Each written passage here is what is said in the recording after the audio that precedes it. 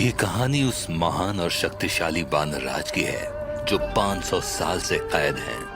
उसने स्वर्ग से विद्रोह जो किया था, एक बार भगवान बुद्ध की आज्ञा का पालन करते हुए दया की देवी ने एक सन्यासी ह्युन त्सांग को पश्चिम की यात्रा कर धर्म ग्रंथ लाने का आदेश दिया।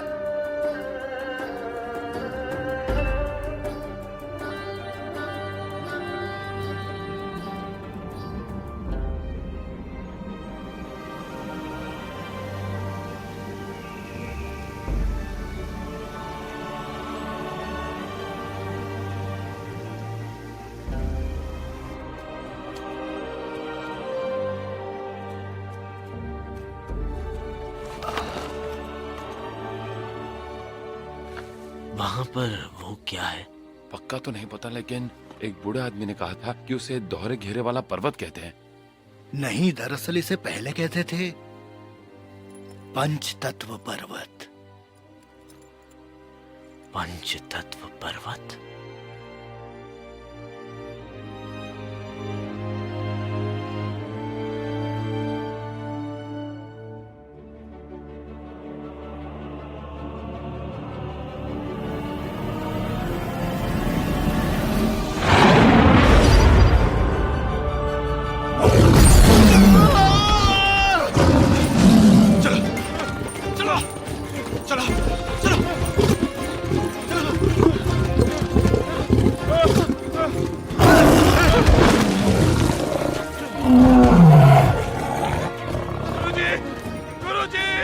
जल्दी उतरिए।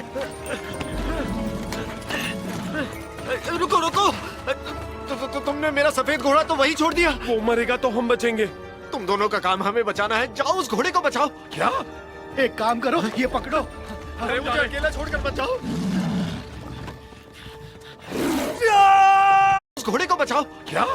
एक काम करो, ये पकड़ो। अरे मुझे अकेला छोड़कर बचाओ।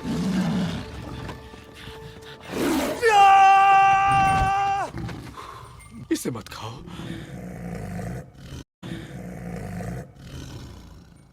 इस घोड़े की कहानी बहुत दुख भरी है। ये असल में एक शाही घोड़ा था, लेकिन मेरे साथ एक लंबे सफर पर आने से इसकी ऐसी हालत हो गई।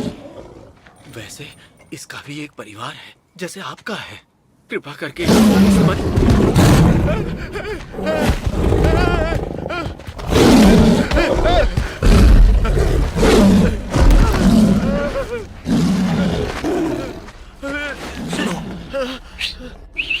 यहाँ देखो, इस तरफ मेरे भाई। अरे ओ सन्यासी, तुझसे ही बात कर रहा हूँ। कौन हो तुम? वो छोड़, उस कपड़े को खींच के निकाल। जल्दी कर, जल्दी। ये कपड़ा? हाँ वही। लेकिन इस पर तो कुछ लिखा है। तुझे अपनी जान प्यारी नहीं है क्या? जैसा कहा है वैसा कर।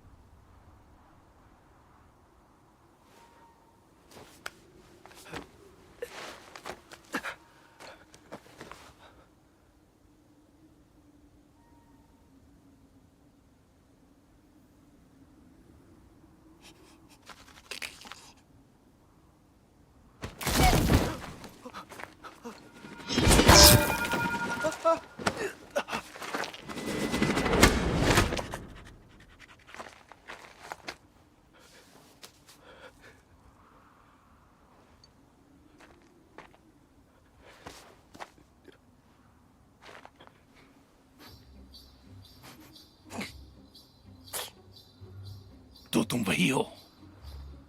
शायद मैं वो नहीं हूँ। दया की देवी ने मुझे एक सन्यासी के साथ धर्म ग्रंथ लाने को कहा था। शायद तुमसे कोई गलती हुई है महाशय। मैं महान टैंग राजवंश से आया हूँ। महान टैंक राजवंश? फिर तो तुम वही हो। दया की देवी ने कहा है तो मैं पश्चिम में तुम्हारे साथ चलूंगा। मेरे साथ? इसकी कोई जरूरत नहीं। क्या बोला तुमने? मुझे तुम्हारे साथ की जरूरत नहीं है। सुना आपने? दया की देवी, मैं इसके साथ जाना चाहता हूँ लेकिन ये मुझे नहीं ले जाना चाहता। अब मैं आजाद हूँ।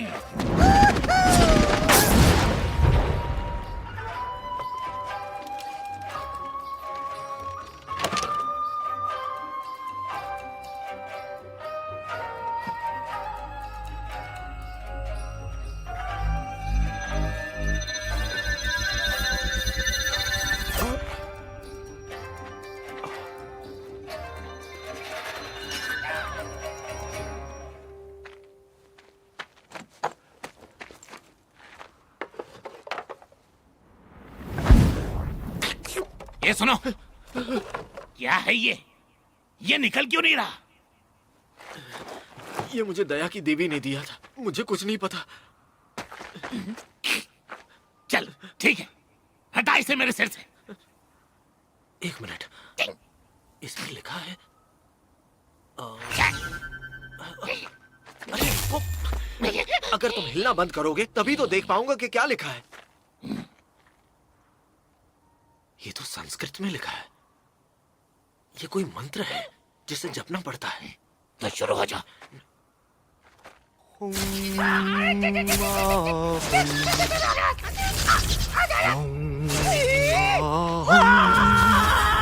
मेरी बात सुनो, थोड़ा दर्द सह लोगे तो शायद ये अपने आप ही हट जाए।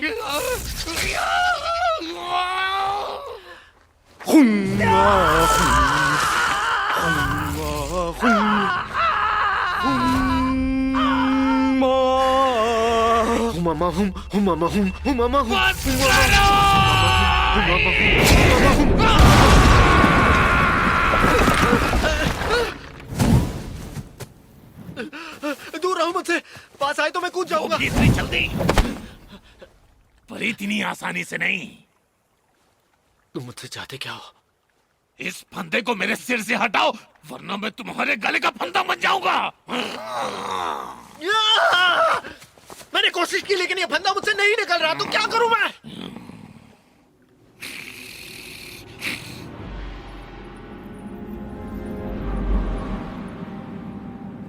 वुकोंग, तुम्हारे साथ ये जो सन्यासी है, ये कभी गोल्डन सिकाडा का एक लड़का था जो बुद्ध का शिष्य था और आज ये तुम्हारा गुरु बन गया है।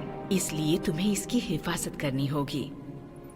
और जब तुम गर्जन आश्रम से धर्म ग्रंथ ले आओगे तो अपने आप इस मुकुट से मुक्त हो जाओगे।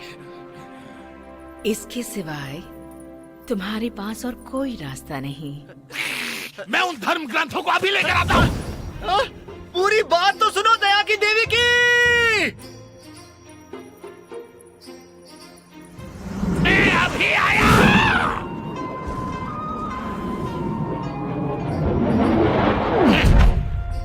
बिजली से भी तेज।